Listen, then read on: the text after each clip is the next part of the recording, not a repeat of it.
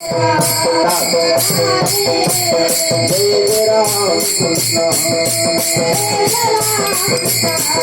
जय राम कृष्ण हरे हरि जय राम कृष्ण हरे जय राम कृष्ण हरे जय राम कृष्ण हरे हरि जय राम कृष्ण हरि जय राम कृष्ण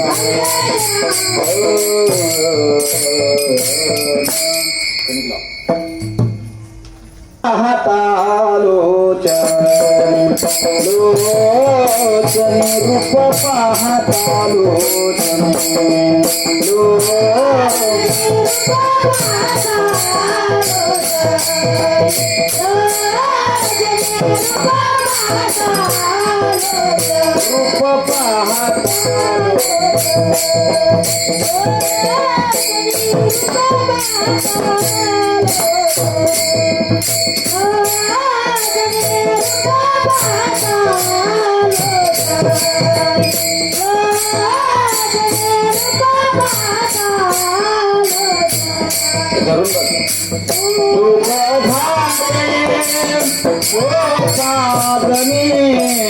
सुख झाले ओ साधने साधने तुहा विठ्ठल बलवा बलवा तुहा माधव बलवा सुख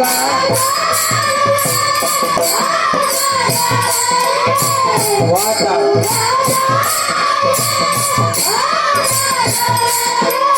सागने तुहा विठ्ठल बलवा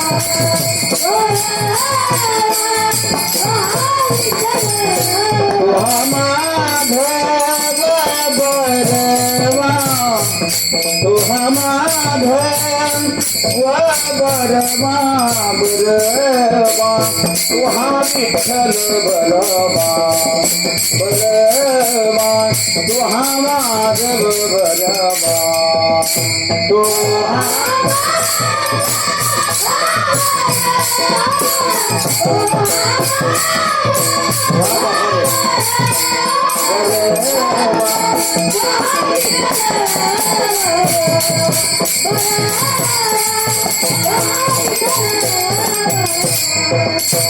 बहुत सुकृताचे जोडी बहुत सुकृताचे जोडी बहुत सुकृताचे जोडी जोडी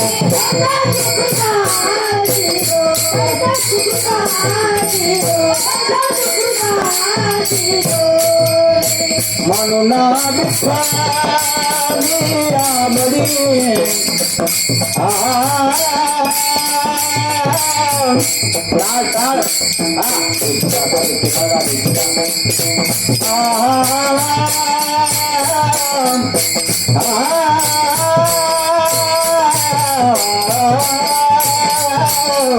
म्हणून विठ्ठली आवडी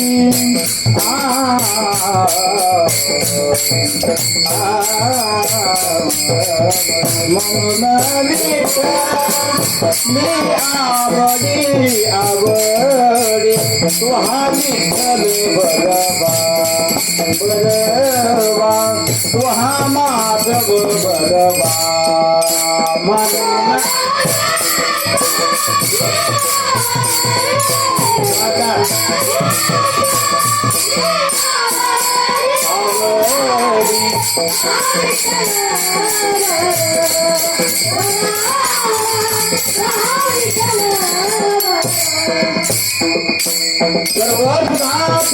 गरबा परखुमा देवीवर तुहा विठ्ठल भगवा विठ्ठल बरवा तुहा माधव भगवा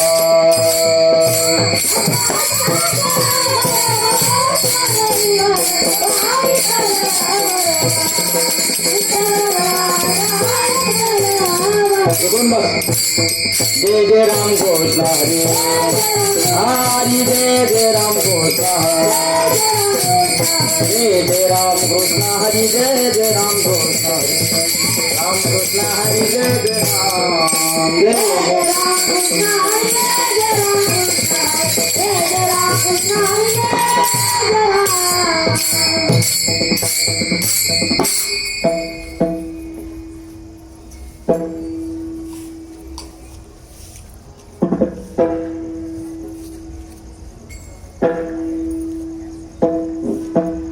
धर्माची तू मूर्ती पाप पुण्य तुझे हाती पाप पुण्य तुझे हाती पाप पुण्य तुझे हाती धर्मा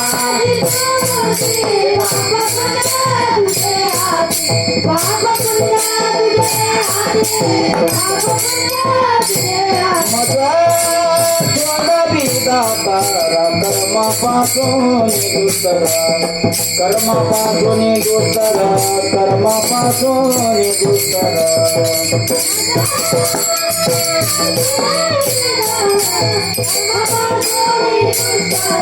कर्मा तरी अंगीकार तरी काय माझा भार तरी काय माझा भार तरी काय माझा भार हा तरी अंगीकार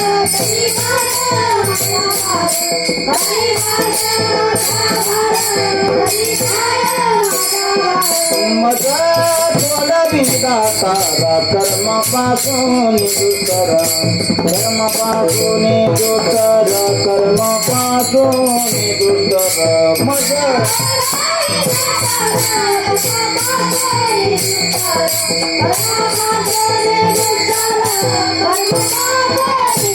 देवीच्या जीवना तुका म्हणे नारायणा तुका म्हणे नारायणा तुका म्हणे नारायणा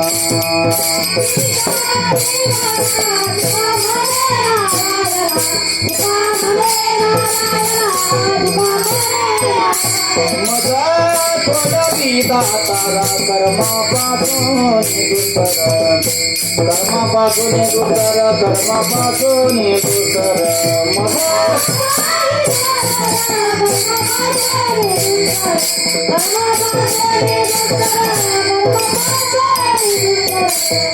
ओ बार कुमारी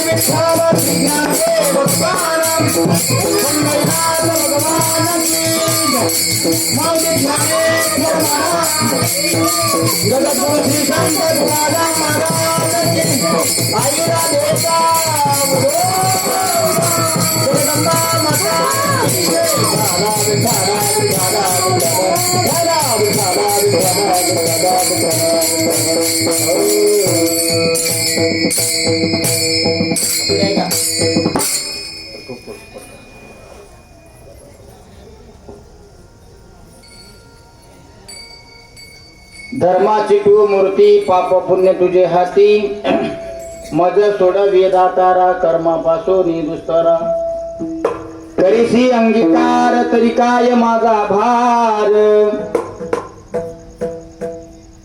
मज सोडवी दातारा कर्मापासून दुस्तर करीसी अंगीकार तरी काय माझा भार चालू कर मज सोडवी दातारा खाली कर्मापासून दुस्तर जीवीच्या जीवना तुका म्हणे नारायणा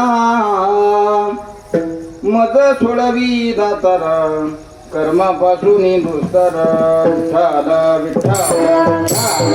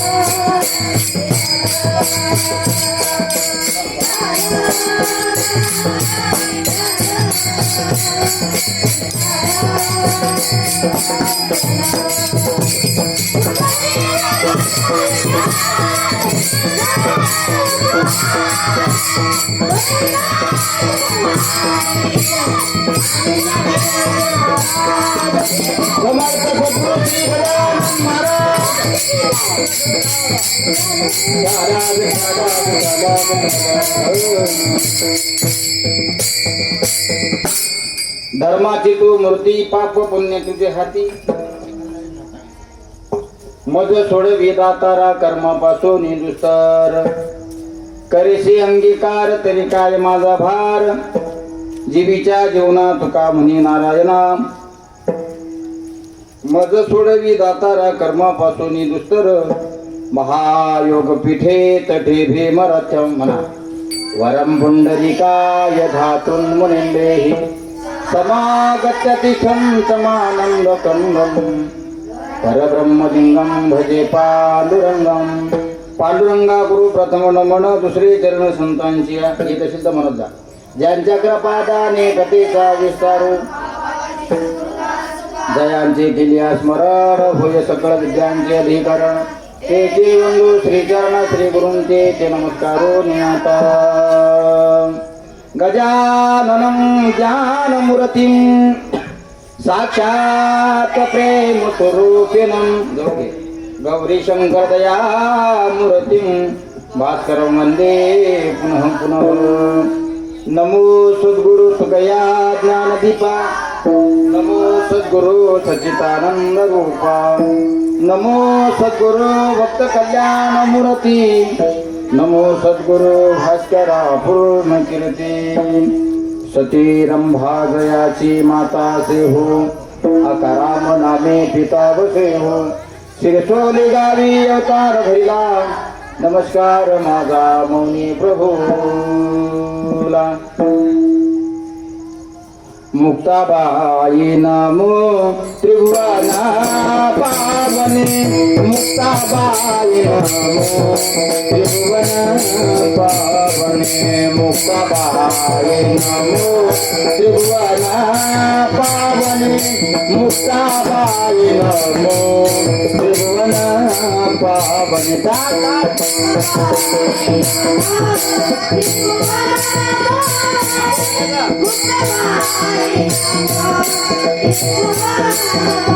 वाटाळ मुक्ताबाई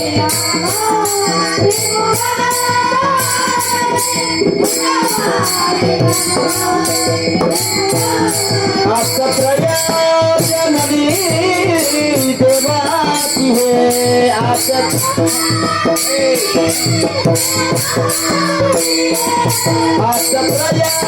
जननी देवाची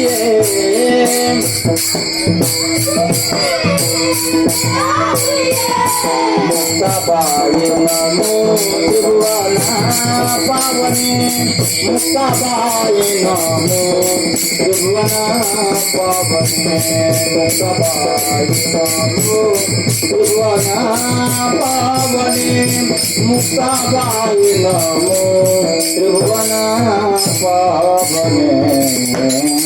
ठाला बिठाला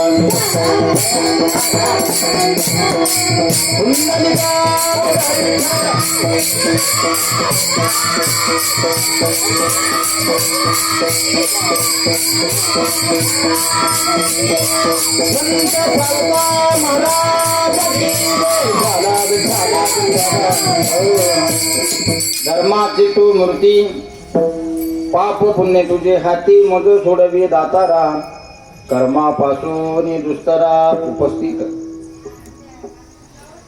प्रस्तुत प्राप्त प्रसंगी प्राप्तस्थळी निरूपणा करता निवडलेला अभंग वैराग्याचे मूर्तिमंत संत श्रीमंत देऊचे सुप्रसिद्ध साधू जगद्गुरु श्री तुकोबाराय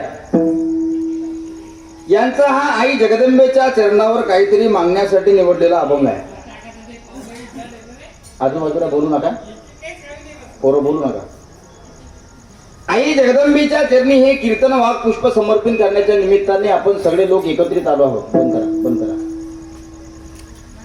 आज ज्याच्या निमित्तामुळे आपण सगळे लोक या ठिकाणी कीर्तन श्रवण करण्याकरता आलो.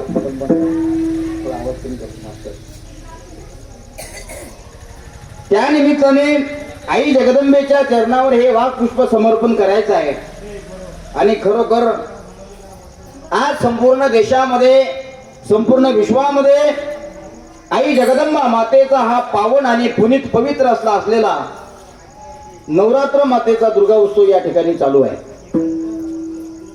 त्या निमित्ताने आपण सगळे लोक या ठिकाणी आलो. मला तर असं म्हणावं वाटेल की आपण सगळे लोक चिखलीकर ग्रामस्थ, ऐक बरोबर बोलू नका रे, आपण चिखलीकर ग्रामस्थ अत्यंत भाग्यवान आहोत.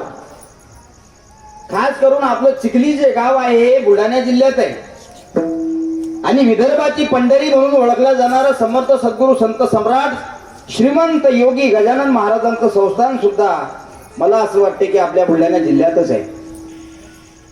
हिंदवी स्वराज्याचे संस्थापक छत्रपती शिवाजी महाराज यांचं मामगुळ सुद्धा बुलढाणा जिल्ह्यातच आहे. विठाला विठाला.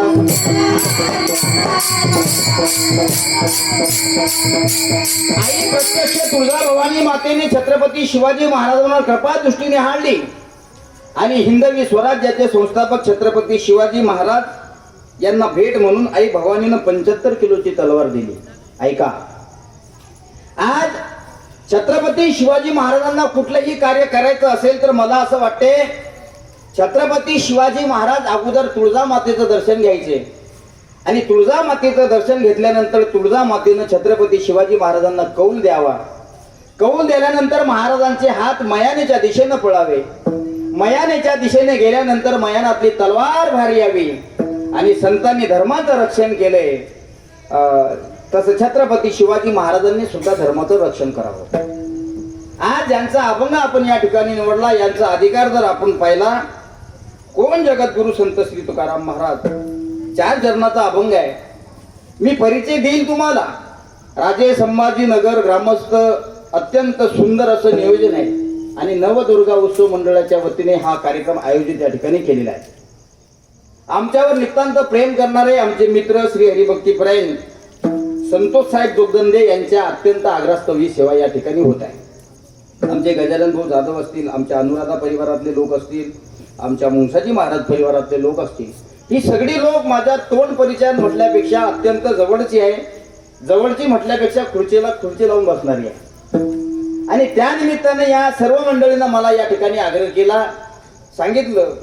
साहेबांचा मला फोन आला. आज आपल्यासाठी सौभाग्याची गोष्ट आहे की आपल्या या चिखली तालुक्यात एक गोदरी गाव आहे. त्या गावात आमचं लहानपण गेलं असं म्हटलं तरी काही हरकत नाही. लहानपणापासून खेळलो वावळलो, मित्र, आईसारखं प्रेम करणारे लोक त्या ठिकाणी भेटले, वडिलांसारखं प्रेम करणारे लोक त्या ठिकाणी भेटले, अगदी घासातला घास देणारे लोक त्या ठिकाणी भेटले. म्हणून आज त्यांचाच कृपा आशीर्वाद म्हणून गोदरीला साहेबांची आणि माझी भेट झाली. कर्मधर्म सुदैवानं गजानन महाराजांची कृपा आणि आई जगदंबेचा आशीर्वाद. त्यांची मेहकरला ड्युटी बदली झाली, पण कर्मधर्म सुदैवानं आई जगदंबा मातेनं, आई रेणुका मातेनं पुन्हा त्यांना चिखली शहरामध्ये एक आगार प्रमुख म्हणून नियुक्ती पुन्हा त्यांची. तसं तर आहेतच, पण पुन्हा त्यांना या ठिकाणी बोलून या सर्व प्रवासी वारकऱ्यांची सेवा करण्याचं सौभाग्य मिळालं बघा. हा, आणि तुम्हाला टाळ्या वाजवायच्या आपल्याला अशा मोकळ्या वाजवा. कारण कसं आहे, मी काही बस झालं रिकाम्या नका वाजू, कामोकामी वाजवा. कसं आहे, एखादा विषय तुम्हाला भावतो, तुम्हाला असं वाटतं की इथं टाळी वाजायला पाहिजे होती, तिथं ती वाजलीच पाहिजे. पण विषय तुम्हाला भावल्यानंतर मला असं समजेल की तुम्ही ज्या अर्थी टाळी वाजवता त्या अर्थी कीर्तन तुम्हाला कळतं, समजतं. रिकाम्या टाळ्या वाजवल्या की, आणि रिकाम्या टाळ्या कोण वाजवतं मी कीर्तनात सांगत नाही. विठाला विठाला.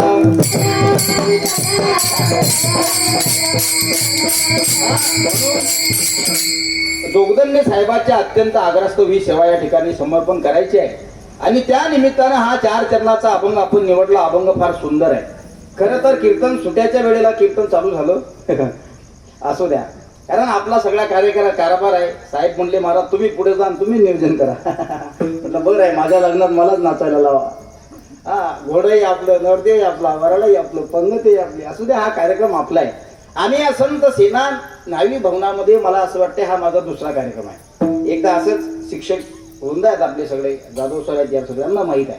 आणि जोगदंडे साहेबाच्याच परिवारातील याच परिवारातील या ठिकाणी सेवा करण्याचा योग आला होता. असं स्टेज होतं, इथे तोड करून बसलो होतो. गर्दी भरपूर होती जोगदंडे साहेब, पण खायला भरपूर होती. भरपूर गर्दी होती.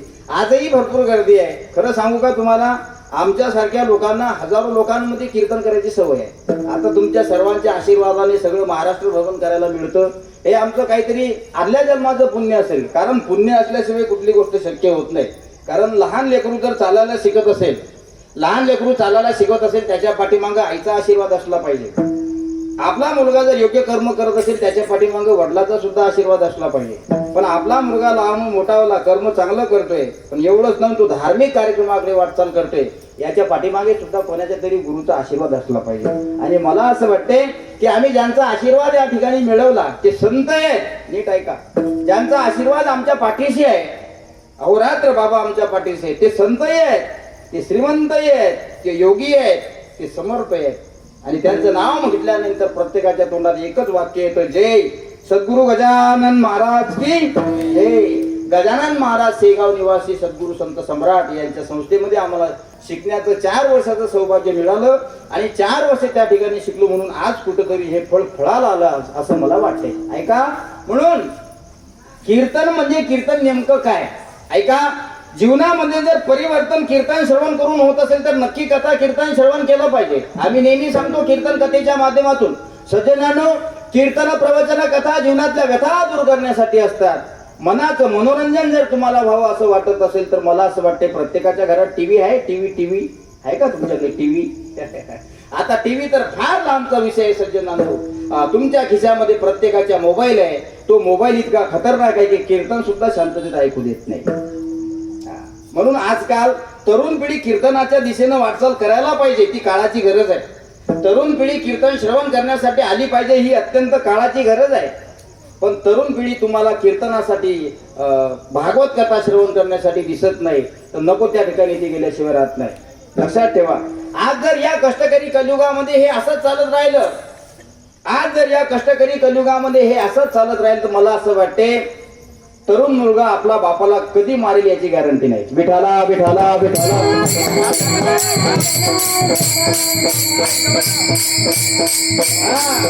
कारण श्रीमद भागवताच्या शेवटी सांगितलेलं आहे. मी जास्त वेळ तुमचा घेणार नाही. मला माहित आहे या कीर्तनाच्या माध्यमातून अनेक लोकांच्या कानावर शब्द पडतात.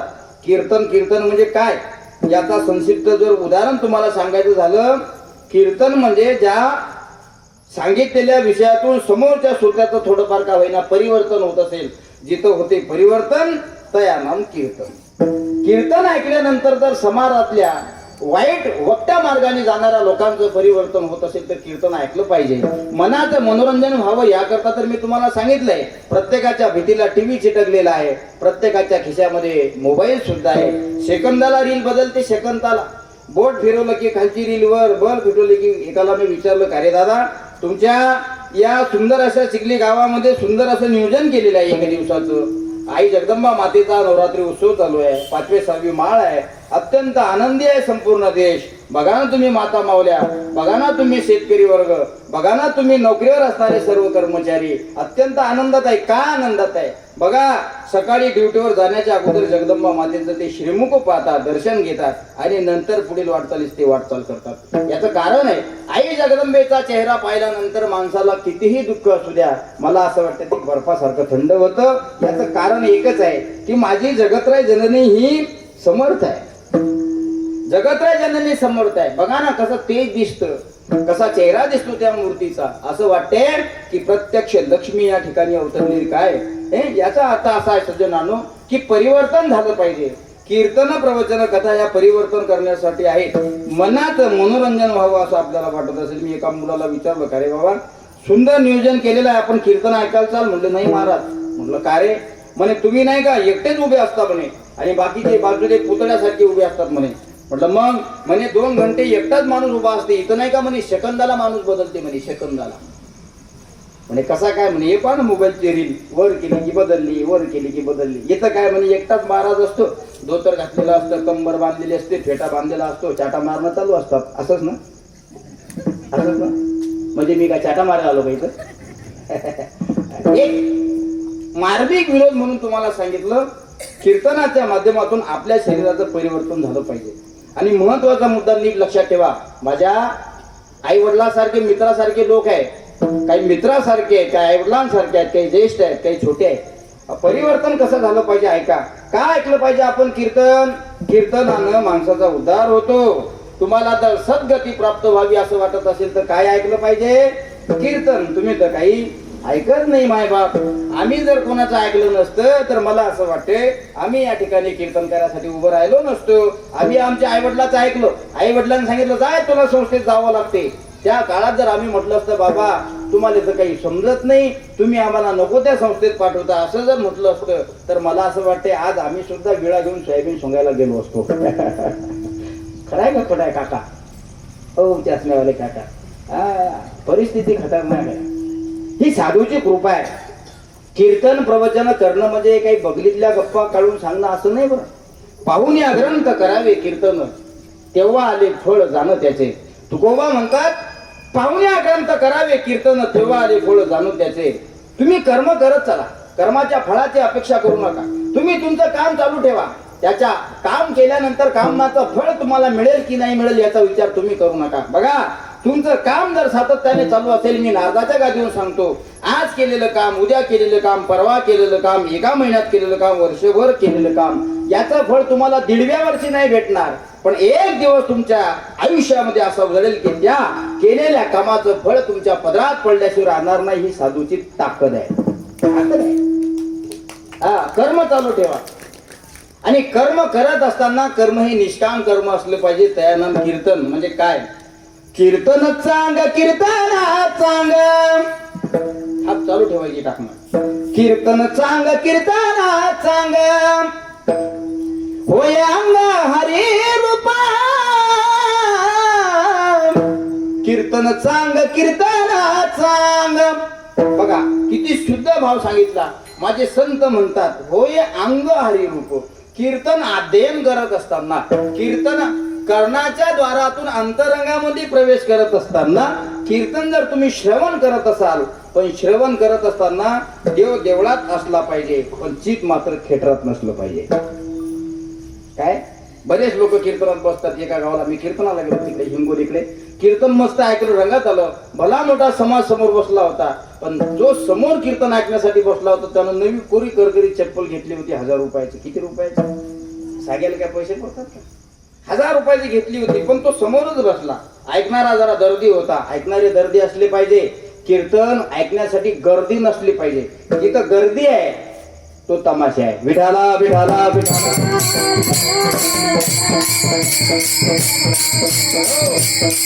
जिथं गर्दी होते तिथं तमाशा मांडला जातो, आणि जिथं गर्दी असतो तिथं परमार्थ मांडला जातो. आपल्या इथं गर्दी नसली म्हणून काय झालं, पण 5-50 का असे ना ऐकणारे सगळेच्या सगळे दर्दी आहेत. या लोकांना कीर्तनाचा अनुभव आहे. मला माहित आहे, संतोष साहेब जोगदंडे यांच्या घरी 12ही महिने सांप्रदायिक वातावरण आहे. घरामध्ये पोथी पुराण. तो माणूस नोकरीला असून सुद्धा त्यांच्या धर्मपत्नी सुद्धा वारकरी संप्रदायाशी संघटित आहे. कारण घरातलं वातावरण सुद्धा चांगलं असलं पाहिजे बरं. नाही तर बायको करते हरिपाठ म्हणते, ते बंद करत, ते चालत नाही. काय म्हणतो मी, ते आपल्या घरात चालणार नाही, ते बंद करत हरिपाठ. बाई हरिपाठ करते, पण बाईचा मालक जर संध्याकाळी लेझिम खेळ घरी येत असेल आणि बाईला म्हणत असेल तुमचा हरिपाठ इकडे चालणार नाही, तुमचा हरिपाठ आपल्याला असं चालत नाही. ऐका माझ्या राजानो, बाई जर हरिपाठ करत असेल ना, तिनं तिचा धर्म सोडायचा नाही. अरे एखादा व्यसन करणारा माणूस जर व्यसन सोडत नसेल तर तुमचा हरिपाठ तुम्ही का सोडावा? लक्षात ठेवा. आई जगदंबेच्या पुढे मी तुमच्या समोर सांगतोय, तुम्ही हरिपाठ करत असाल, दररोजचा नियम असेल तुमचा 5 ते 6 हरिपाठ घेण्याचा, आणि तुमच्या घरचे घरधनी घरमालक तुमचे पती परमेश्वर जर संध्याकाळी लेझिम खेळत घरी येत असतील आणि तुम्हाला जर दररोज असं म्हणत असतील की हे आपल्या घरात चालणार नाही, तुम्ही तुमचा नित्यनेम कधी सोडू नका. बघा, तुम्ही तो पेनारा माणूस एक दिवस तुमच्या सोबत हरिपाठ म्हटल्याशिवाय राहणार नाही. ही ताकद आहे. तो 100% वाजतो. आपलं कर्म आपण कधी सोडायचं नाही. कर्म आपलं कधी सोडायचं नाही. असे कितीतरी आले, वाल्याचा वाल्मिक व्हायला वेळ लागत नाही, फक्त सांगणारा चांगला असला पाहिजे. विठाला विठाला.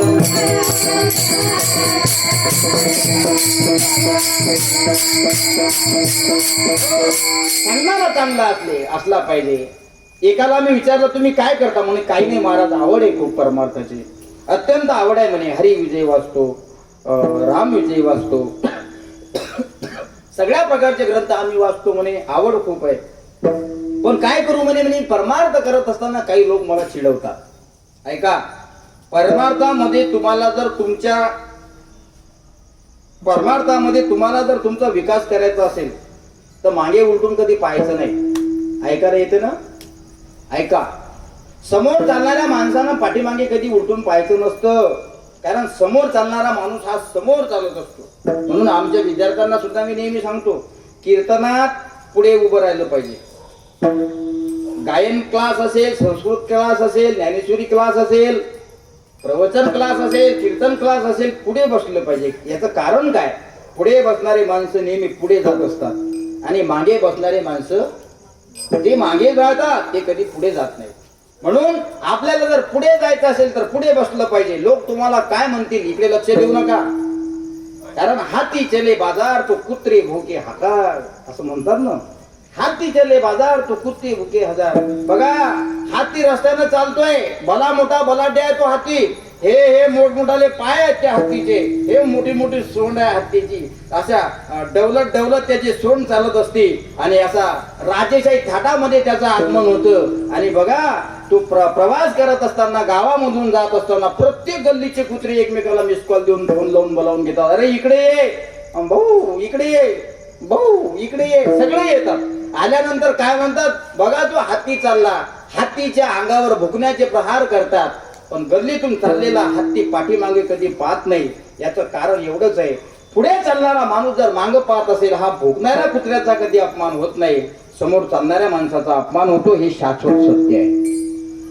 ऐकू द्या. कारण तुम्ही चांगलं काम करत असताना जर तुमची निंदा होत असेल, समजून घेतलं पाहिजे. ज्या अर्थी तुमची निंदा होते त्या अर्थी तुम्ही नावाजलेली व्यक्ती आहे. विठाला विठाला विठाला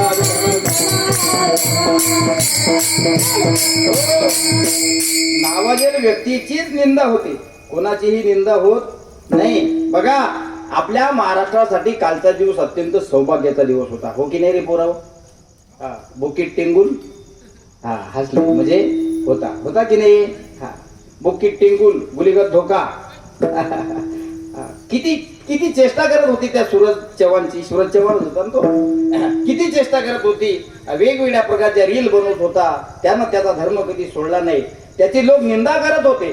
त्याची पोस्ट रील पडाली की खाली कमेंट चालू होत होत्या, कुटारात जन्मलेला सूरज, अरे रे नको त्या अशा प्रकारच्या त्याच्या कमेंट होत्या. शेवटी काल रात्री त्याच्या हातामध्ये कलर्स मराठीच्या बिग बॉसच्या शोने ज्यावेळेस बिग बॉसची ट्रॉफी दिली त्यावेळेस सगळा महाराष्ट्र रडला. हो रडला. होते करोडपती लोक होते त्या खेळामध्ये, श्रीमंत लोक होते त्या खेळामध्ये. काही कमी नाही त्या लोकांना, इतके श्रीमंत होते. पण एका ग्रामीण भागातून, बारामती सारख्या जिल्ह्यातून गेलेलं एक गरीबाचं पोरग, एक अनाथाचं पोरग त्या बिग बॉसच्या शो मध्ये गेलं. आणि आज जी लोक त्याची चेष्टा करत होते, जी लोक त्याची निंदा करत होते, जे लोक त्याच्या व्हिडिओवर नको ते कमेंट करत होते, तीच लोक कालच्या दिवशी मात्र रडत होते. याचं कारण एवढं आहे सज्जनांनो, की कुठंतरी तो मोठा होणार आहे म्हणून लोक त्याची चेष्टा करत होते. आज तो सेलिब्रिटी झाला आणि हा आपल्या महाराष्ट्रात आपल्याला अभिमान असला पाहिजे. अभिमान असला पाहिजे. बघा पुण्यासारख्या शहरामध्ये त्याची भव्य दिव्य अशी रॅली काढली. उद्या त्याची भव्य दिव्य अशी रॅली त्याच्या बारामती शहरात निघणार आहे. बघा सायकलवर कधी त्याला कोणी बसू देत नव्हतं. मोटरसायकलवर लिफ्ट कोणी 2 मिनिटाची त्याला देत नव्हतं. आज तो फॉर्च्युनर मध्ये बसला. फॉर्च्युनर. सूरज माझ्या गाडीत बस, सूरज माझ्या गाडीत बस. गाड्याची रांग लावली लोकांना. बघा अडाणी माणूस आहे. मला हा भाव तुमच्या समोर सांगायचा आहे. तुम्ही जर चांगलं काम करत असाल, ज्याच्यामध्ये तुम्हाला रुची आहे, ज्याच्यामध्ये तुम्हाला रस आहे, तुम्हाला असं वाटत असेल की मी हे काम करून नाव कमवेल, तुमचं काम तुम्ही सोडू नका. लोक तुमची निंदा करत असतील करू द्या, लोक तुमची चेष्टा करत असतील करू द्या, तुमचा धर्म तुम्ही कधी सोडू नका. फक्त एक गोष्ट लक्षात ठेवा, ज्या अर्थी आपली निंदा होते, त्या अर्थी कुठंतरी आपल्या चांगल्या कामाची यादी उघडल्या जाते. कारण रिकाम्या लोकांची निंदा करण्यासाठी लोकांना वेळच नाही आहे का? मला सांगा, रिकाम्या लोकांचं कोणी नाव घेतं का? नाही. ज्याचं कुठंतरी समाजामध्ये नाव आहे त्याचं नाव खराब करण्याचा, लोक त्याची प्रतिमा मलिन करण्याचं काम हे लोक करत असतात. म्हणून आपलं काम आपण कधी सोडायचं नाही. बघा ना तुम्ही, सांगतो मी तुम्हाला, कोण होती मीराबाई? एका राजाची मुलगी होती मीराबाई. राजाची मुलगी होती. मीराबाईला विचारण्यात आलं, म्हणे मिरे काय करतेस तू? मीरा म्हणत होती, मी जरी राजाची मुलगी असली, फार सुंदर होती, गोरीपान होती, दिसायला सुंदर होती, संस्कार आई वडिलांचे चांगले होते, परिणाम एखाद्या घरामध्ये आई वडिलांना भगवत भक्ती आवडत नाही, पण सुदैवानं त्यांची कुस चांगली उजळते. आई वडिलांना हरिपाठ कीर्तन आवडत नाही, पण त्यांच्या पोटी आलेली संतान सुद्धा सात्विक निवडते. हे सुद्धा सगळ्यात मोठी इस्टेट आहे बरं बाबा या कलियुगात. आपल्या पोटी आपलं जीवन तर व्यर्थ जातं असं आई वडील म्हणतात. बाबांनो, माझं जीवन व्यर्थ गेलं, आम्ही कधी हरिपाठात गेलो नाही, आम्ही देवाच्या देवळात जाऊन कधी देवाची घंटा वाजवली नाही, कधी दर्शन घेतलं नाही, पण काय करू महाराज, आज आम्हाला आमच्या पोराच्या नावानं ओळखल्या जातं, हे आमचं भाग्य आहे. आई वडील कधी धर्माचं काम करत नाहीत, पण त्यांच्या पोटी जन्माला आलेले संतान त्यांचं नाव मोठं केल्याशिवाय राहत नाही. याच्यासाठी सौभाग्य लागतं, सौभाग्य लागतं. म्हणून कोणी चेष्टा करत असेल, राजाची मुलगी एकुलती एक मीराबाई, आणि मीराबाईचा धर्म होता की कृष्ण प्रेमामध्ये रत झाली होती, कृष्ण भक्तीमध्ये रत झाली होती. वेडी झाली, वेडी झाली. परमार्थ करण्यासाठी येडं व्हावं लागतं जाधव सर, परमार्थ करण्यासाठी येडं व्हावं लागतं. आम्ही येडेच आहे, आम्ही जे दिसतो तुम्हाला हे सगळे येडेच आहे. आणि आम्ही तर असं तुम्हाला पावती देतो की आम्हाला येडं म्हणा, म्हटलं पाहिजे. सगळ्यांना जर चांगलं म्हटलं तर मग येड्याला येडं कोण म्हणून, म्हणून येडा आहे. आमचे तुकोबा येडे झाले पहा, आमचे निळोबा येडे झाले. आमचे एकनाथ महाराज श्रीमंत होते, पैशावाले होती पार्टी ती, बम पैसा होता तिथं, पण पैशाची पेटी बाजूला ठेवली आणि देवाचे चरण पकडले. त्याला विचारलं, एकनाथ महाराज आपण फार श्रीमंत आहात, कारण संतांच्या श्रीमंत यादीमध्ये एकनाथ महाराजांचं नाव घेतलं जातं. कोणाचं नाव? श्रीमंत संत, शांती ब्रह्म, एकदम शांत स्वभावाचं श्रीमंत संत जर कोणाचं नाव घेतलं जात असेल तर एकनाथ महाराजांचं घेतलं जातं. त्यांना एका साधकाने विचारलं, म्हणजे महाराज तुम्ही फार श्रीमंत आहे हो, श्रीमंत लोक कुठे हरिपाठात येत असतात का राजा हो? गरीबाचं काम आहे ते, हरिपाठ करणं गरीबाचं काम आहे. श्रीमंताच्या लोकांनी फक्त आयटीत यायचं असतं, गरीबाच्या लोकांनी फक्त बाटली घेऊन पंगतीत वाढायचं असतं, आणि श्रीमंताच्या लोकांनी फक्त बोटानं दाखवायचं असतं. त्याला बुंदी वाढा, त्याला गुलाबजाम वाढा. हे श्रीमंत लोकांचे काम आहेत, हे श्रीमंत लोकांनी केलं पाहिजे. गरीब लोकांना फक्त बाटली घेऊन मांडण्याचं काम केलं पाहिजे. ऐका, एकनाथ महाराजाला साधकांनी ज्यावेळेस सांगितलं त्यावेळेस महाराज म्हणले, बाबा मी पैशानं जरी श्रीमंत असलो तरी मेल्यावर पैसा सोबत येणार नाही. विठाला विठाला.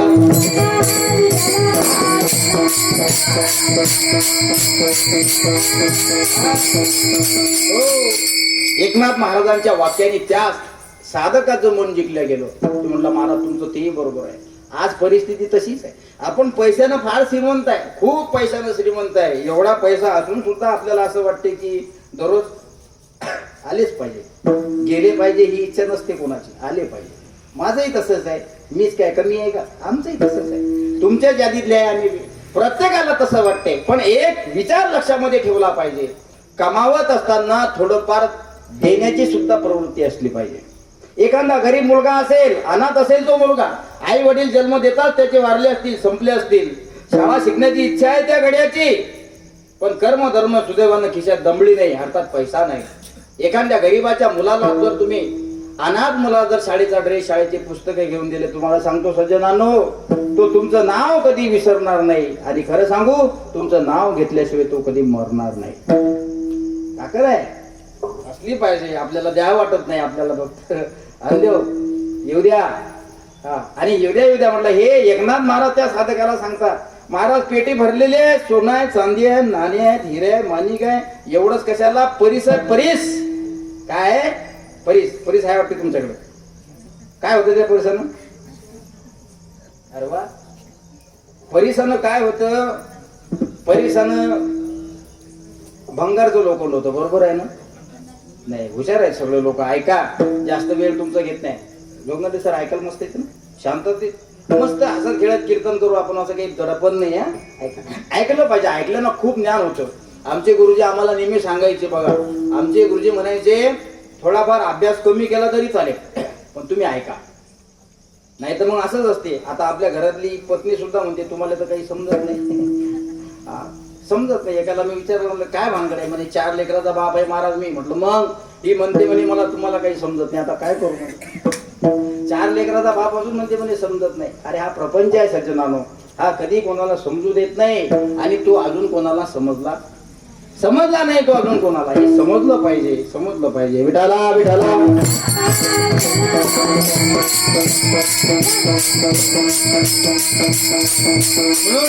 एकनाथ महाराजांनी सांगितलं, माझ्याकडे खूप काही आहे म्हणे. परीस होता एकनाथ महाराजांकडे, परीस. तो परीस, ज्याला परीस असं म्हणतात की तो परीस या माईकच्या स्टँडला लावला की साऊंड सिस्टीम वाल्याचे दिवसच पलटले म्हणून समजा. कसं काय? परीस लोखंडाला लावला की त्याचं सोनं होते असं म्हणतात. आपण तर काही पाहिलं नाही, पण परीस लोखंडाला लावल्यानंतर त्याचं सोनं होतं. असा जर परीस तुमच्याकडे असेल, अरे सोनं तयार करायची मशीन जर तुमच्याजवळ असेल तर तुम्ही कशाला पैशाच्या मागे लागता? तुम्ही म्हणता प्युअर सोना बोलताय, सोनं बोला, पैसा नका बोलू, चिल्लरचा विचार आम्ही करत नाही. रोकडा बोलताय, रोकडा. परीस लोखंडाला लावल्यानंतर त्याचं सोनं होतं अशी वस्तू, त्याचं नाव परीस. असा परीस एकनाथ महाराजांकडे होता. एकनाथ महाराजांनी तो परीस गंगेमध्ये समर्पण केला. आपल्या सरकारने केला असता का? केला नसता. आपल्या सारख्यानं जंगलात बंगले बांधले असते. शहरामध्ये जर टॅक्स वाढला असता तर जंगलात बंगले बांधले असते. म्हटलं असतं का रे बाबा, अचानक गरीब परिस्थितीतून श्रीमंतात कसा काय गेला तू? हे कसं काय परिवर्तन आलं तुझ्यात? माझ्यात परिवर्तन येण्याचं कारण एकच आहे, माझ्याकडे परीस आहे. परीस. आणि हा परीस मला आला. गावामध्ये 10-5 बंगले बांधले, पण टॅक्सची धाड पडू नये म्हणून आता जंगलात बंगले बांधायला सुरुवात केली. परीस. मला एकनाथ महाराजांनी त्या ग्रस्ताला सांगितलं बाबा, माझ्याकडे खूप काही आहे रे, इतकं काही आहे, पण एक सांगू, एकच सांगतो म्हणे, पटत असेल तर घे, नाही तर जाऊ दे. कीर्तनातून सुद्धा तसंच आहे बरं. चांगलं घ्यायचं असतं, वांगलं टाकून द्यायचं असतं. मी असं सांगितलं एका ठिकाणी कीर्तनात, चांगलं घेऊन जा आणि वाईट टाकून द्या. जोगदंडे साहेब, नेमकी चप्पल घेतली होती 600 रुपयाची. कीर्तनात सांगितलं चांगलं घेऊन जा आणि वांगलं टाकून द्या. एक बहादरानं नेमकी 600 रुपयाची चप्पल घेतली, लांबवली आणि गेली. चप्पल घेतल्यानंतर तो घरी नाही गेला, कीर्तनाच्या पुढे चक्रा मारत होता. मी पाहिलं, म्हटलं याच्या पायात तर आपली चप्पल दिसते. म्हटलं शांभवती चप्पल दाखवा माझी. म्हणे महाराज गपचूप बसा, तुम्ही नाही का म्हणे कीर्तनात सांगितलं चांगलं घेऊन जा. म्हटलं मग माझी चप्पल का? म्हणे तुमची चप्पल मी घेतली, माझी तिथं ठेवली, वाईट टाकून दिलं, चांगलं घेऊन गेलं. हा कीर्तनाचा मसुदा आणि मुद्दा नाहीये. ऐका, एकनाथ महाराजांनी त्या साधकाला दिलेलं उत्तर फार गोड आहे. त्या साधकाला सांगितलं, मी पैशानं धनानं परिसानं फार श्रीमंत आहे, पण जगातला एकमेव व्यक्ती असा दाखवा तो मेल्यानंतर पैसा सोबत घेऊन जातो. इथं आहे का कोणी? असेल तर हात वर करा. नाही हो महाराज, कितीही पैसा कमवा, कितीही धन कमवा, कितीही बँक बॅलन्स असू द्या, कितीही प्रॉपर्टी तुमची असू द्या, ती जागच्या जागेवरच राहणार आहे. हे विधीचं विधान आहे.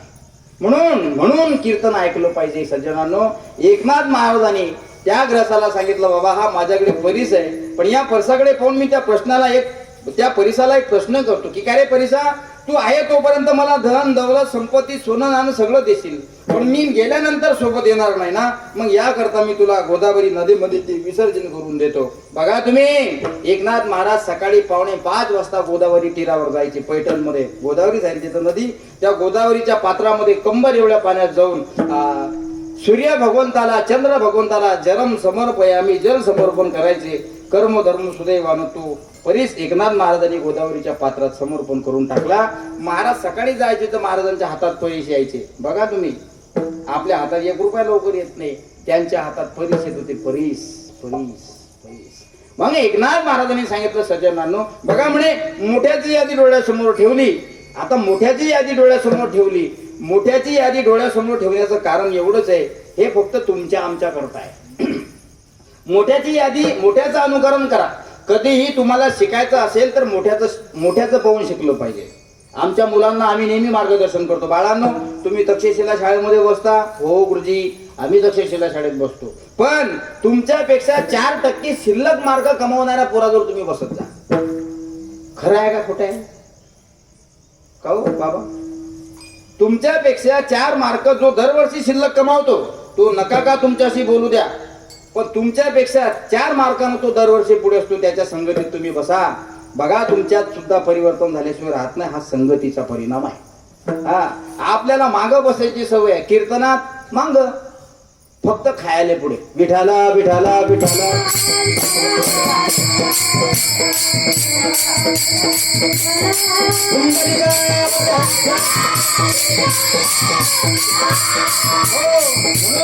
एकनाथ महाराज म्हणतात, क्या लेके आया बंदे, क्या लेके आया बंदे, क्या लेके जाएगा. वाह, नीट आहे का? क्या लेके आया बंदे, क्या लेके जाएगा. खाली हाथ आया है तू, खाली हाथ जाएगा. जाएगा जाएगा, खाली हाथ आया है तू, खाली हात जाईगा. आता हे कोणाकोणाला पटलं? हे मराठीतलं गाणं नाही बाबा, हे हिंदीतलं गाणं आहे. याच्यावर मोठ्याची यादी ठेवली. कोणाची यादी ठेवली? सिकंदर गया इस दुनिया से तो दोन्ही हात खाली थे. राजा सिकंदराची यादी ठेवली. विठाला विठाला.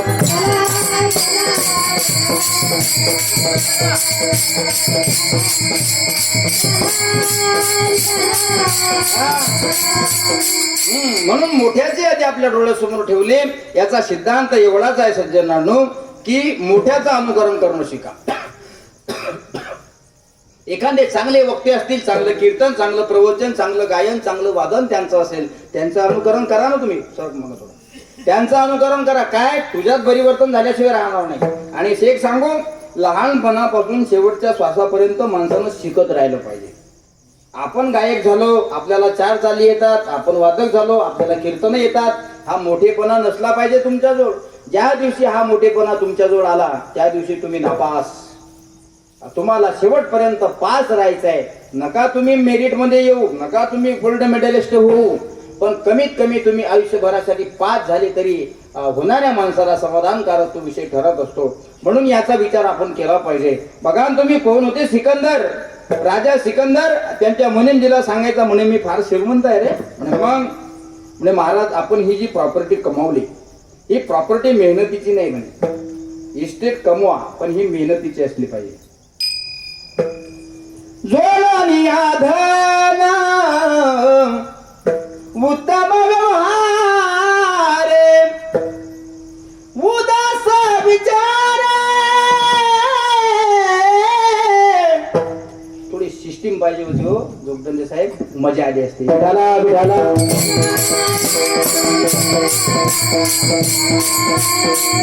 उदास विचार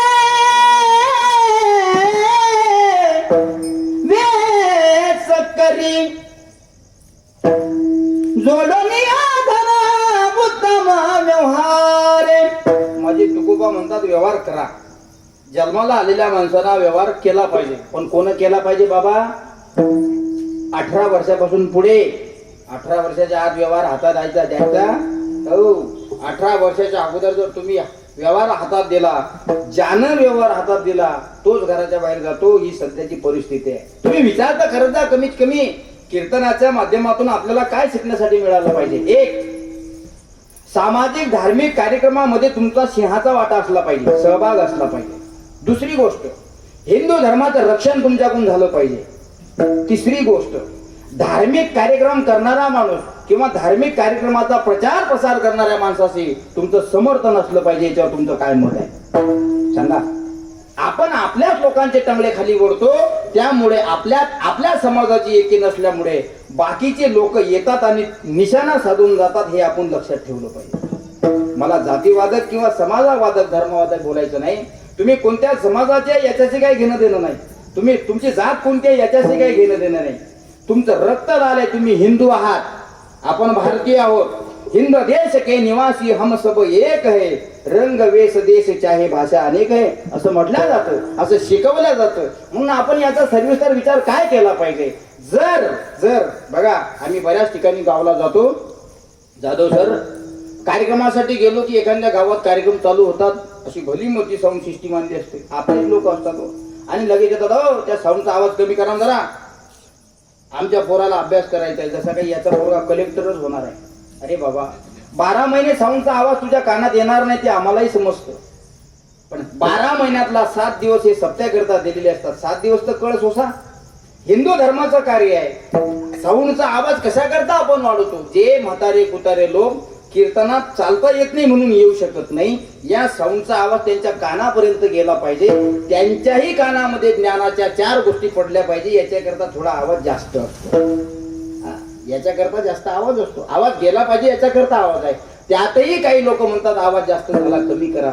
मला असं वाटतंय आपण कुठंतरी हिंदू म्हटलं ही शोकांतिका असली पाहिजे. ऐका तुम्ही. म्हणून समाजाचा प्रचार, धर्माचा प्रचार जर होत असेल त्यात समर्थन असलं पाहिजे. आणि तुम्ही जर त्याच्यात समर्थन करत नसाल तर परधर्माचे लोक येऊन निशाणा साधून जातात, हेही तुम्ही लक्षात ठेवलं पाहिजे. हे कीर्तनातलं परिवर्तन आहे. म्हणून कीर्तन मनोरंजनाकरता नाही, सद्गती मिळवून देण्याचं साधन म्हणजे कीर्तन आहे. चेष्टा, दुष्कर्म, वाईट कर्म, वाईट काम करणं हे दुर्गतीचं साधन आहे. मग आपण ठरवलं पाहिजे, सत्कर्म करणंही तुमच्या हातात आहे आणि दुष्कर्म करणंही तुमच्या हातात आहे. सद्गती मिळवणं सुद्धा तुमच्या हातात आहे आणि दुर्गती मिळवणं सुद्धा तुमच्या हातात आहे. बघा तुम्ही काय कमी होतो राजा रावणाकडे. आता जे जर श्रीमंताच्या यादीत सगळ्यात मोठं नाव जर आपण पाहिलं तर मला असं वाटते मुकेश अंबानी, अनंत अंबानी, धीरूभाई अंबानी या लोकांचं नाव येतं श्रीमंत लोकांमध्ये, आहे का नाही. नंतर येतं मग आपण म्हणतो टाटा आणि बिर्ला. पण नंबर 1 हे श्रीमंत लोक आहेत, खूप श्रीमंत आहेत. पण मला असं वाटते त्यांच्यापेक्षा कितीतरी पट राजा रावणाकडे संपत्ती होती. किती होती राजा रावणाकडे? राजा रावणाच्या संपत्तीची यादी माझ्या तुकाराम महाराजांनी ठेवली आणि सांगितलं, ही नुसतं ठेवू नका, या समाजाला कळू द्या की तुमच्या 5-5 ग्रॅमच्या अंगठ्या काही नाही रे. राजा रावणाची संपत्ती पहा आणि मग तुमची 5 ग्रॅमची अंगठी काढा. किती राजा रावणाची पहा. राजा रावणाच्या संपत्तीची यादी दिली. तुकाराम महाराज म्हणतात पहा, कोटी घरे ज्याची, काश्या आणि तांब्याची, कोटी घरे ज्याची, काश्या आणि तांब्याची, शुद्ध कांचनाची 7 कोटी, शुद्ध कांचनाची 7 कोटी. कोणाची यादी आहे? रावणाची. कोटी घरे ज्याची, काश्या आणि तांब्याची आणि शुद्ध 24 कॅरेट सोन्याची 7 कोटी घरं होती. किती कोटी घरं? 7 कोटी घरं. कर्म शेवटपर्यंत रावणाचं चांगलं होतं. काय कमी होतं रावणात? दररोज भगवान शिवाच्या शिवलिंगावर 1000 ब्रह्मकर्म समर्पण करणारे होते. 1000. किती? 1 नाही, 2 नाही. आपण तर 1 हार 3-3 दिवस वापरतो. खराब झाला म्हणून काय झालं, या महाराजचा त्या वेळात फ्रीज मध्ये ठेवा म्हणतात. हाराला कुठं काय भुरा लागत असतो का? 1 हार 3-3 दिवस गळ्यामध्ये घालतो आपण. 4थ्या दिवशी तरी चालू शकतो म्हणतातच. ब्रह्मकमळ दररोज ताजे भगवान शिवाच्या शिवलिंगावर समर्पण करण्याचा दररोजचा नियम होता राजा रावणाचा. भगवान शंकराच्या बाबतीत जर विचार केला आपण, राजा रावणाच्या बाबतीत जर विचार केला तर राजा रावणाची भक्ती ब्रह्मांडात कोणाची नव्हती रावणासारखी. 1000 ब्रह्मकमळ समर्पण करायचे. एक दिवस 999 कमळ सापडले. खूप शोधलं, ब्रह्मकमळ सापडलं पाहिजे. या पर्वतावर जाय, त्या पर्वतावर जाय. आपल्या सैन्यांना सुद्धा सांगितलं, इकडं भेटते का पा, तिकडं भेटते का पा. पण कर्म धर्म सुदैवानं ते ब्रह्मकमळ भेटलं नाही. 999 होते. पण विचार केला, माझा नियम आहे, नियम तुटला नाही पाहिजे. काय होता नियम? 1000 कमळ समर्पण करण्याचा नियम होता. कर्म धर्म सुदैवानं ते कमळ मिळालं नाही. रावणाची भक्ती इतकी होती, ज्या दिवशी कमळाचं फुल मिळालं नाही त्या दिवशी राजा रावणानं आपले मान कापून टाकले होते. ही भक्ती आहे. काय कमी होतं त्याच्याकडे? ऐका, माझा मुद्दा लक्षात घ्या. सद्गती मिळवणं तुमच्या हातात आहे आणि दुर्गती मिळवणं सुद्धा तुमच्या हातात आहे. सद्गती कशाला म्हणतात? ऐका, परमार्थ करून लवकर मरा याला सद्गती म्हणतात. विठाला विठाला.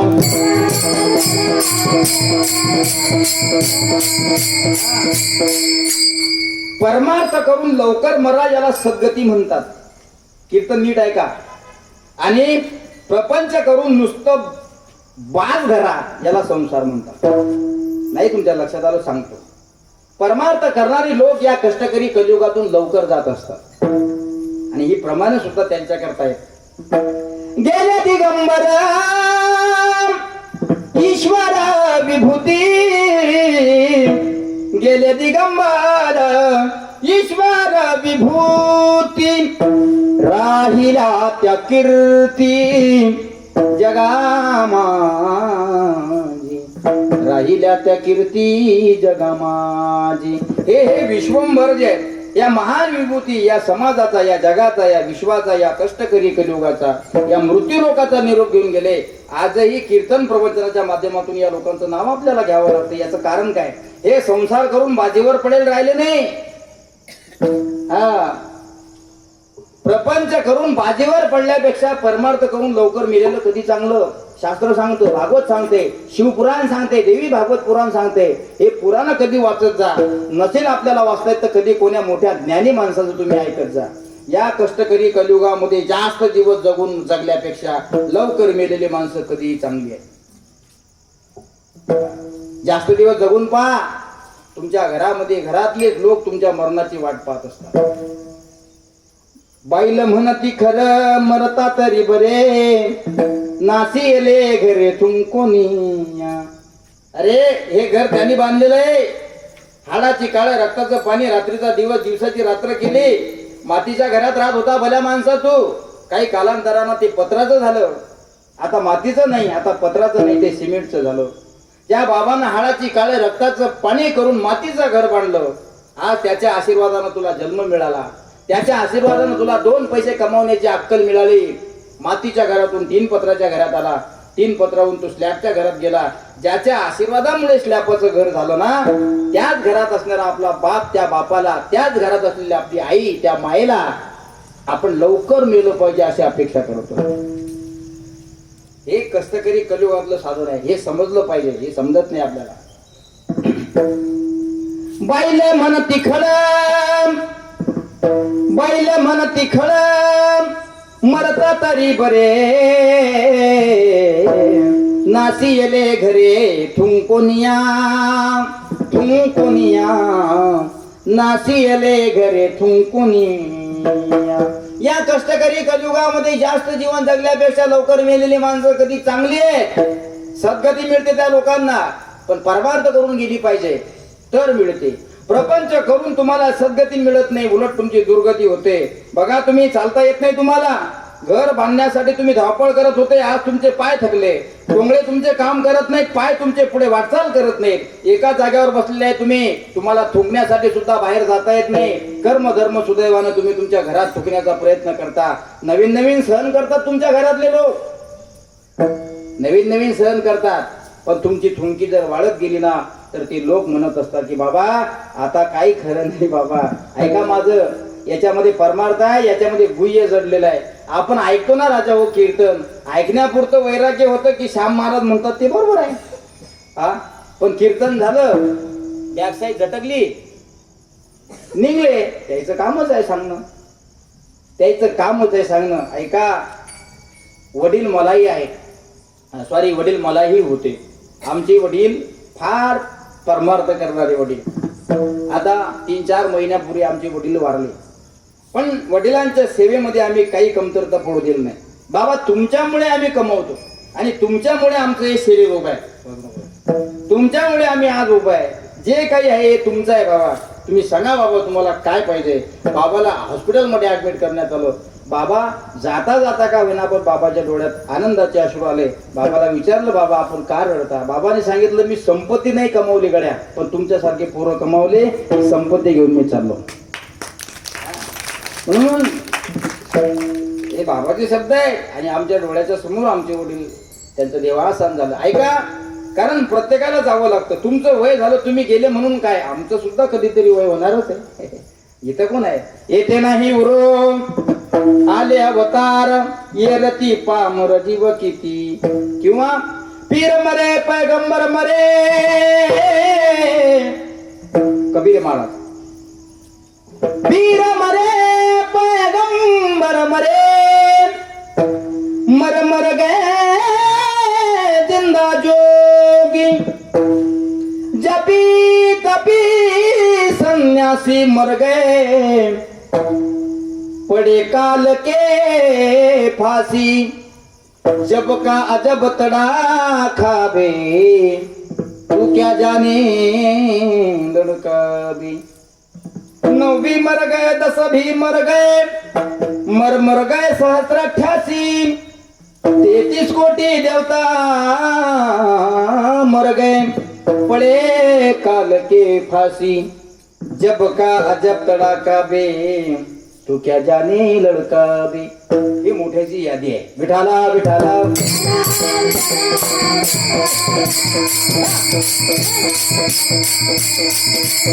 म्हणून तुमचं कर्म तुम्ही चालू ठेवा. बघा, परमार्थ तुमच्याकडून होत असेल तितका करा. आपण आलोय ना जन्माला, दुर्मिळ असताना दुर्लभ असताना नरदेव आपल्याला मिळाला. योगी या दुर्लभ तुम्या देखील साजनी, पाहता पाहता मन न पुरे धनी, देखिला देखिला माये देवाचा देव. बघा, योगिया दुर्लभ तोम्या देखिला साधने असं म्हणतात. हा 3.5 हाताचा नरदेह माणसाचा असो किंबहुना स्त्रीचा असो, महिलेचा देह म्हणजे 3.5 हाताचं शरीर. माता वर्गांना जे शरीर आहे आणि पुरुष वर्गांना जे शरीर आहे, हे शरीर सहजासहजी भेटत नाही. 84 लक्ष येऊन फिरता दुःख भोगिले, ज्ञानदृष्टी हरपली दोन्ही नेत्र आंधळे. बघा, तुम्ही वाचा, 15-15, 20-20 चरणाचे अभंग आहेत. पूर्वजन्मे पाप केले ते हे बहुविस्तारिले, विषय सुख नाशिवंत शिविता तिमिर कोंडले, ज्ञानदृष्टी हरिपली दोन्ही नेत्र आंधळे, धर्म जादव सदैवाचा जिबा परोपकारी, आंधळ्या दृष्टी देतो त्याचे नाव मी उच्चारी. पुढे संसार दुःख मोड चौकडे विंगळ, विश्रांती नाही कोठे रात्रंदिवस तळमत, काम क्रोध लोभ शुनी पाठी लागली ओढाळ, कवना मी शरण जाऊ दृष्टी देईल निर्मळ, धर्म जागो सदैवाचा जेबा परोपकारी, आंधळ्या दृष्टी देतो त्याचे नाव मी उच्चारी.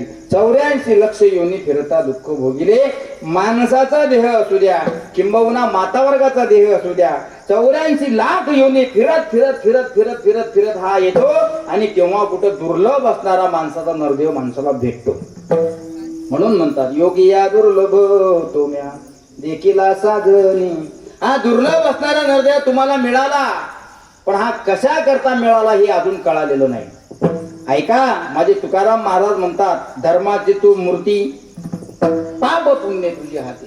हा नरदेह तुला मिळाला, याच्याशी संघटित असणारा उदाहरण तुकोबा देतात. तुकाराम महाराज म्हणतात, हे माणसा पापही करणं तुझ्या हातात आहे आणि पुण्यही कर्म तुझ्या हातात आहे.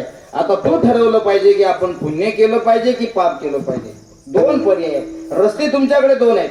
माणूस चौकामध्ये उभा राहतो आणि चौकात उभा राहिल्यानंतर त्याला विचार पडतो नेमकं गेलं कोण्या रस्त्यानं पाहिजे. पण 3 रस्ते आहेत, एक सद्गतीचा रस्ता आहे, 2 दुर्गतीचा रस्ता आहे. माणूस रस्त्यातच उभा आहे. माणूस कुठे उभा आहे? चौकुली. तुमची विचारशैली तुमची बुद्धिशैली जर विचारत असेल तर तुम्ही स्वतः दुर्गतीला जाऊ शकता. तुम्ही जाता म्हणजे तुमचे पाय तुम्हाला घेऊन जातात, ते त्याचं काम करतात. ज्ञानेंद्रिय कर्मेंद्रिय हे त्याचं काम करत असतात. म्हणून 5 ज्ञानेंद्रिय आहेत, 5 कर्मेंद्रिय आहेत, हे आपापलं काम करत असतात. श्रोत्रम चक्षुस्पर्शनम च रसनं घ्राणमेवच अधिष्ठाय मनुष्याय विषयानुपसेवते. किंवा 5 ज्ञानेंद्रिय 5 कर्मेंद्रिय शब्द स्पर्श रूप रस गंध आप तेज वायू पृथ्वी आकाश. जास्त वेदांत मी तुम्हाला सांगत नाही, मुद्द्यावर येतो. मुद्द्यावर पापही करणं आपल्या हातात आहे आणि पुण्यही करणं आपल्या हातात आहे. म्हणून धर्माची तू मूर्ती पाप पुण्य तुझ्या हाती. तुकोबा म्हणतात, हे माणसा 84 लाख योनी फिरत फिरत आलेला हा नरदेह तुला मिळाला, पण अद्यापही तुला कळालेलं नाही. हा माणसाला भेटला, जनावराचा प्रश्न नाही. आज जर लोकांना जनावरांना कळालं असतं की सावता भवनामध्ये राजे संभाजीनगरामध्ये नवरात्राच्या निमित्ताने जगदंबे त्या मातेच्या समोर श्याम महाराजाचं कीर्तन आहे, मला असं वाटतंय सगळ्या चिखलीच्या म्हशी इथं आल्या असत्या. सगळ्या चिखलीतल्या वाजवायला सुद्धा म्हशी, टाळकरी सुद्धा म्हशी, गाण्याला सुद्धा म्हशी आहे का नाही? तुमच्या नाही लक्षात आलं? आपण हसण्याविषयी येत होतो. जनावरांना माणसाचा नरदेह मिळाला नाही तर कळ्याचा प्रश्न नाही. जनावरांना तो मिळत नाही म्हणून कळत सुद्धा नाही. हे जर कळालं असतं तर सगळे लोक इथं येऊन बसले असते, गर्दी मावली नसती, आपलं कामच नसतं पडलं. सजनानो, आपल्याला हा नरदेह मिळाला पण अजून कळालेला नाही. कितीतरी लोकांना माहित आहे आज कीर्तन आहे. एवढेच लोक आहेत का आपल्या नगरात? घरात बसून मला म्हणत असतील त्याचं कामच आहे ते सांगणं, आमचं काम आहे सांगणं. अरे बाबा, आमचे लोक आहेत म्हणून तरी बदल चालू आहे. काही लोक आमच्यासारख्या लोकांना सुद्धा नाव बोट फुटा ठेवू द्या. आम्ही आमचा धर्म कधी सोडत, आम्ही आमचा स्वभाव कधी सोडत नाही. आमच्या साधू संतांनी, आमच्या पूर्वजांनी जी परंपरा आमच्यापर्यंत आणून ठेवलेली आहे, याची पताक आम्हाला कळसावर नेऊन टेकवायची आहे. कारण बुडते हे जन न देखवे डोळा,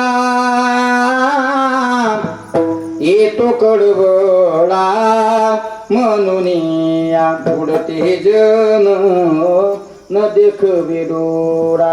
म्हणून धर्माची तू मूर्ती पाप पुण्य तुझ्या हाती. पुण्य कर्म करणं तुमच्या हातात आहे. आता हे केलं कसं पाहिजे? मी उदाहरण सांगत होतो तुम्हाला सुजनांनो, मीराबाईचं. कोण होती ही मीराबाई? ही मीराबाई राजाची कन्या होती. अतिशय देखणी, सुंदर, रूपवान स्वरूपान होती. इतकी स्वरूपान होती मीराबाईचं रूपाचं वर्णन जर आपण केलं असं म्हणतात, नागिनीचं पान कात चुना लावून खायची आणि ते पान खाल्ल्यानंतर तिच्या कंठातून ते पान असं चमकत होतं. लाल जरद पान तिच्या कंठातून दिसत होतं. इतकं तिची चामडी गोरी होती असं सांगितलं जातं. पण एकूण ती एक लाडाची असणारी मीराबाई राजाच्या डोक्यावर बसली. काय करत होती ती? कृष्ण प्रिया झाली, भगवत भक्त झाले आणि भगवान श्रीकृष्णाशी प्रेम करून बसले. काय म्हणत होती मीराबाई? लोग कहे मीरा पग घुंगरू बांध मीरा नाची रे. बघा, पायामध्ये घुंगरू बांधले, हातामध्ये चिपड्या घेतल्या आणि गल्लोगल्ली फिरत होती. श्रीकृष्ण गोविंद हरे मुरारी, हे नाथ नारायण वासुदेव, हे नाथ नारायण वासुदेव, हे नाथ नारायण वासुदेव. कृष्ण कृष्ण कृष्ण कृष्ण म्हणत होती. आता एवढी मोठी राजाची मुलगी असल्यामुळे लोक चिटत होते, काय कमी आहे हिच्याकडे? हिची वेणी फणी करण्याकरता नोकराने आहेत म्हणे, ताट वाळून देण्यासाठी नोकर आहेत म्हणे. तरी सुद्धा ही राजाची कन्या असणारी मीराबाई त्या कृष्णाचं नाव घेत गल्ली गल्लीत फिरते म्हणे. पाहणं म्हणे कशी पायामध्ये घुंगरं बांधले, पाहणं म्हणे कसा गळ्यामध्ये विनाय, पाहणं म्हणे हातामध्ये कसे तिच्या चिपड्या. लोग कहे मीरा भैरे बावरी, बाप कहे कुल नासी रे, बाप कहे कुल नासी रे. पग घुंगरू रे, पग घुंगरू रे, पग घुंगरू बांध मीरा नाची रे. डब्बा रखो माये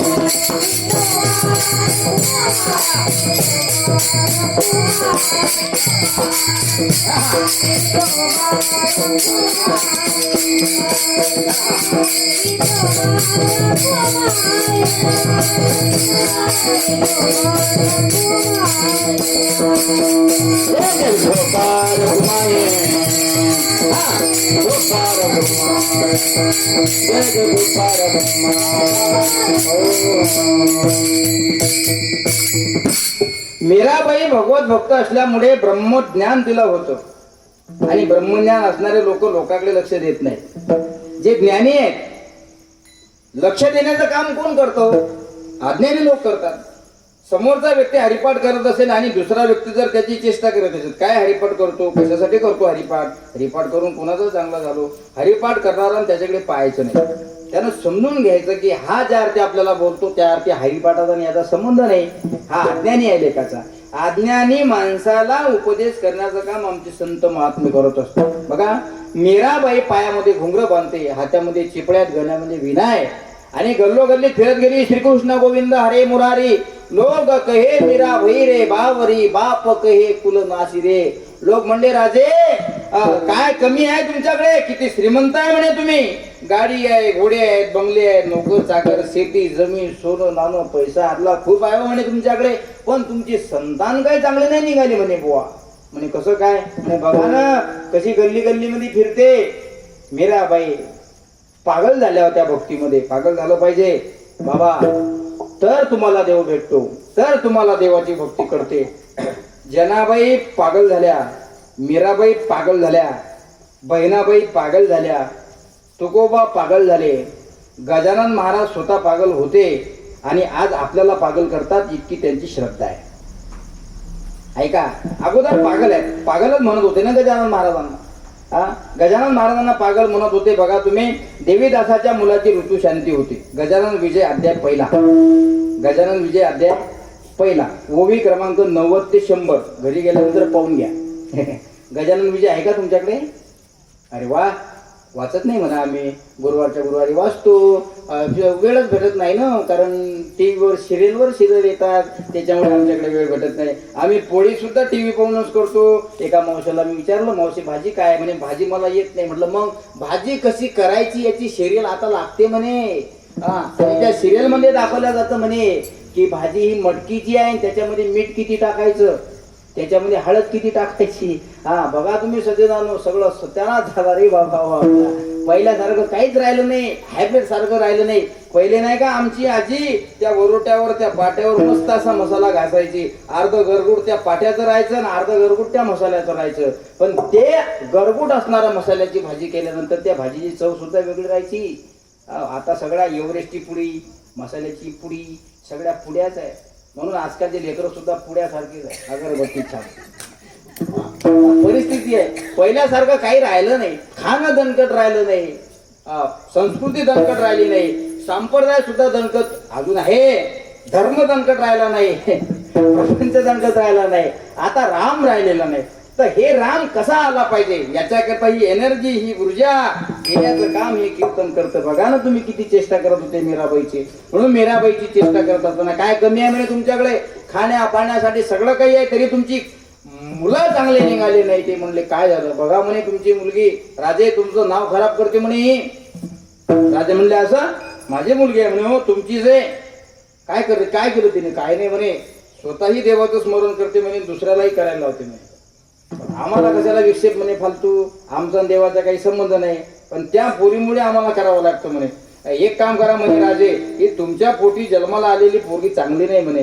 राजाला फार वाईट वाटलं. राजा म्हणला खरी गोष्ट आहे, काही कमी नसताना हिनं फक्त आयटीत राहिलं पाहिजे, हिनं फक्त ऑर्डर दिली पाहिजे की हे आणा, की आपण सुद्धा नेऊन दिलं पाहिजे, इतकी ती योग्यता आहे. पण ही काय म्हणे देवाचं नाव घेत फिरती म्हणे. राजाला राग आला. लोक राजाच्या घरी तक्रार घेऊन जाऊ लागले. राजा तुमच्या मुलीला समजावून सांगा, तुमची मुलगी भगवत भक्तीमध्ये पागल झाली म्हणे, पागल. राजाने विचार केला म्हणे आता हिला जिवंत ठेवता कामाने. काय केलं, विष का प्याला राजाजीने भेजा, पिवत पिवत मीरा हासी रे, पिवत पिवत मीरा हासी रे, पग घुंगरू रे, पग घुंगरू रे, पग घुंगरू बांध मीरानाची रे. लोक मीराबाईची तक्रार राजाकडे घेऊन गेले. म्हणजे राजाला वाईट वाटलं, म्हणे या मुलीला आता जिवंत ठेवून चालत नाही. स्वतः विषयाचा ग्लास राजानं मीराबाईला दिला, पण मीराबाईनं तिचा धर्म कधी सोडला नाही. मीराबाईनं कृष्णाचं नाम घेणं कधी सोडलं नाही. कृष्णाचं नाम घेता घेता बापाने दिलेला विषाचा ग्लास गटा गटा आपल्या ओठाला लावला, आणि गटा गटा ओठाला लावलेला तो विषाचा ग्लास तिनं प्राशन केला. परिणाम, ज्या कृष्णाचं नाव घेत मीराबाई गल्लोगल्ली फिरत होते, त्या कृष्णाची मूर्ती निळी झाली. बापाने दिलेल्या विषाचा परिणाम माझ्या मीराबाईवर कवडीचा सुद्धा झाला नाही. ही नामाची ताकद आहे, ही भक्तीची ताकद आहे. पण वेळ व्हावं लागेल बरं. हे वेळे झाले होते यांना लोकांनी नाव ठेवलं, चला जनाबाईकडे. इथं माता वर्ग भरपूर आहे, महिला मंडळी भरपूर आहे म्हणून सांगतो. जनाबाई सुद्धा यायला होत्या. काय कमी होतं, धरिला पंढरीचा चोर, काय वाजवा ना, धरिला पंढरीचा चोर, धरिला पंढरीचा चोर,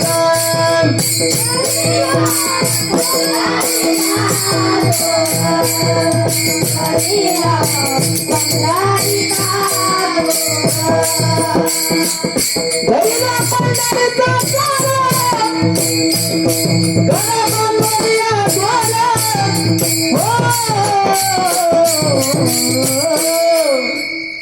वा, धरिला पंढरीचा चोर, धरिला पंढरीचा चोर, हृदयबंदी खाना केला, हृदयबंदी खाना केला, आत विठ्ठल कोंडीला, ओ धरिला पंढरीचा चोर. हे लोक परमार्थ करण्यामध्ये पागल झाले. म्हणून आज या लोकांचं नाव आपल्याला कीर्तनात घ्यावं लागतं, कारण ही संत मोठी आहेत, यांचा अधिकार मोठा आहे, यांची भक्ती सुद्धा फार मोठी आहे. म्हणून यांच्या भक्तीपोटी प्रत्यक्ष देवाला सुद्धा या ठिकाणी यावं लागलंय. मला असं वाटतंय की आपलं सुद्धा कर्म त्याच पद्धतीचं असलं पाहिजे. जसं तुकाराम महाराज म्हणतात, धर्माची तू मूर्ती पाप पुण्य तुझी हाती, मज सोडवी दातारा कर्मापासून तुतरा. देवा आज्ञा देवा, मी मला कळालं नाही परमार्थ कशाला म्हणतात, पण आज कीर्तन श्रवण केलंय, थोडंफार कळायला लागले की याला कीर्तन असं म्हणतात. दोन मार्ग तुमच्याकडे आहेत, एक सद्गतीचा, एक दुर्गतीचा. आता आपण ठरवा आपण काय केलं पाहिजे, ठरवा. हे दोन मार्ग आहेत, तुम्हाला कोणी सांगणार नाही संताशिवाय.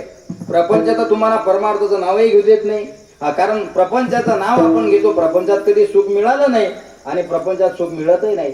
वाटतंय तुम्हाला ते सुख, पण ते विषयाचं समसुख आहे. विषयाचे समसुख बेगडाची बाहुली, आबराची चाहुली जाईल लया, कौनाचे माय बाप, कौनाचे गणभूत, मृग जलवत जाईल लया, कौनाचे माय बाप. कवनाचे गणगोत. हा प्रपंच दिसतो, हा संसार तुम्हाला दिसतो, पण हा विषयाचं सुख देणार आहे. पारमार्थिक सुख वेगळं आणि विषयाचं सुख वेगळं. म्हणून परमार्थात जो आनंद मिळतो तो प्रपंचात मिळत नाही. एकाला मग विचारलं, म्हणजे महाराज तुम्ही नाही का सांगता कीर्तनात संसार दुःखाचा आहे? कोण म्हणते म्हणे संसार दुःखाचा आहे? आम्ही प्रपंच संसार करतो म्हणे, आमचा तर सुखाचा आहे. म्हटलं कसा काय? म्हणे आम्ही दोघं नवरा बायको 24 तास हसत राहतो. काय म्हणे? आम्ही दोघं नवरा बायको 24 तास हसत राहतो. म्हटलं रे वा, आनंदाची गोष्ट आहे. एखाद्या वेळेस आमचं कीर्तन खोटं ठरू शकते. म्हटलं खोटं? हा, नाजाने आमच्या एखाद्या ग्रंथामध्ये खोटं लिहिलेलं असेल तर आम्ही सांगितलं खोटं ठरू शकते म्हटले, कारण ग्रंथामध्ये तर लिहिलेलं आहे संसार दुःख मोड, चौकडे इंगळ, विश्रांती नाही कुठे, रात्रंदिवस तळमळ, काम क्रोध लोभ शून्य पाठी लागली ओढाळ, कवना मी शरण जाऊ दृष्टी देईल निर्मळ. संसारा दुःखाचा आहे, पण तुम्ही म्हणताय ना तुमचा प्रपंच सुखाचा आहे. तो कसा काय? म्हणे आम्ही दोघं पती पत्नी 24 तास हसत राहतो.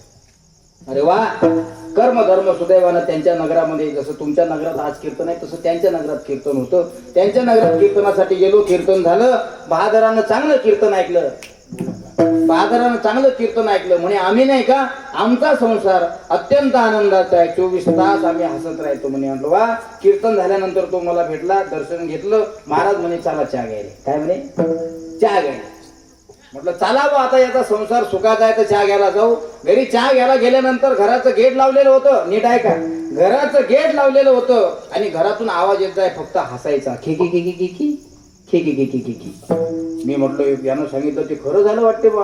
यानं सांगितलं 24 तास आम्ही हसत राहतो. मला असं वाटतंय म्हटलं की यांचं दोघांचं खरोखर प्रपंच सुखाचा आहे. आपणच खोटे बोललो. घर लावेल होतं तोपर्यंत हसायचा आवाज येत आहे. मग मी हळूच घराचं गेट उघडलं. जसं घराचं गेट उघडलं सज्जनांना होतं, दोघं नवरा बायको हसत होते. मग हसण्याचं कारण मला नंतर कळालं. कोणतं? दोघं नवरा बायको एकमेकाले पोळपाट बिळणं फेकून मारत होते. काय? पोळपाट बिळणं फेकून मारत होते.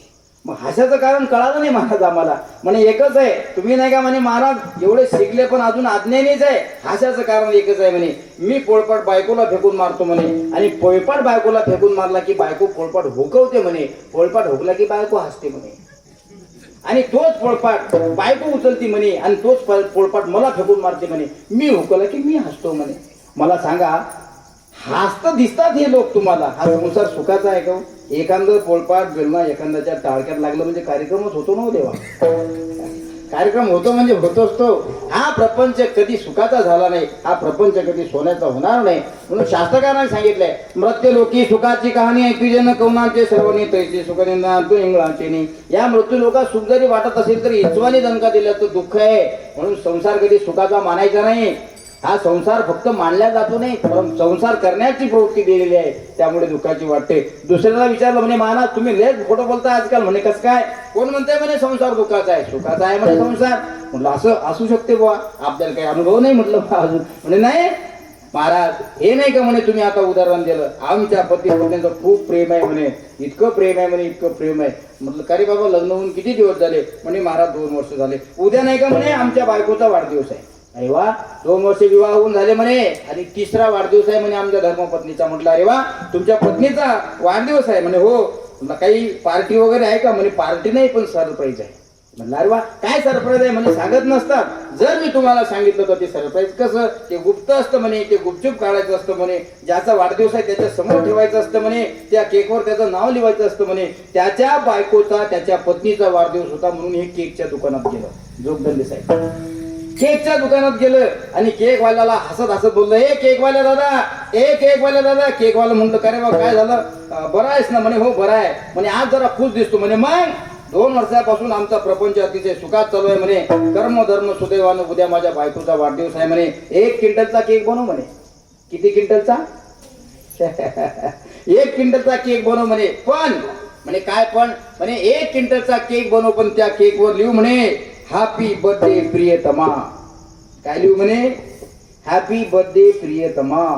माझ्या बायकोचा वाढदिवस आहे म्हणे, प्रेम करणारी पत्नी आहे म्हणे माझी, तिला चांगलं वाटेल.